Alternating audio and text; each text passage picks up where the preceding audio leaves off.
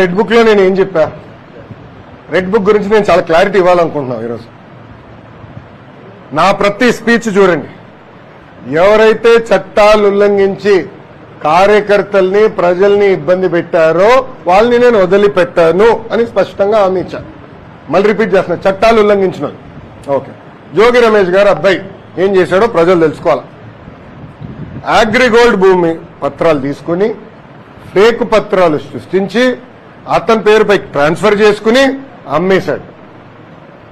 అగ్రిగోల్డ్ బాధితులు చాలా మంది ఇప్పటికీ ఇబ్బంది పడుతున్నారు, వాళ్ళకి రావాల్సిన డబ్బులు ఇంకా చాలా ఉన్నాయి.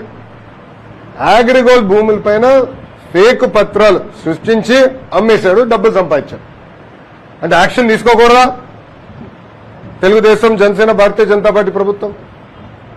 రేపు లిక్కర్లో కూడా యాక్షన్ తీసుకుంటాం, ఇసుక దండాల్లో కూడా యాక్షన్ తీసుకుంటాం.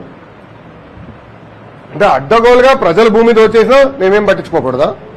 మేము ఆనాడు హామీ ఇచ్చా, ఊరూరు మాట్లాడా ఎర్ర బుక్ గురించి. ప్రజలకి నేను హామీ ఇచ్చా, ఎవరైతే చట్టాన్ని ఉల్లంఘించారో వాళ్ళని నేను వదిలిపెట్టే ప్రసక్తే ఉండదు అని నేను ఊరూరు మాట్లాడాను స్వామి. ఎర్ర బుక్ పట్టుకుని తిరిగా చూపించా ప్రజలకి. అందుకే ప్రజలు మాకు అంత అద్భుతమైన మ్యాండేట్ ఇచ్చారు.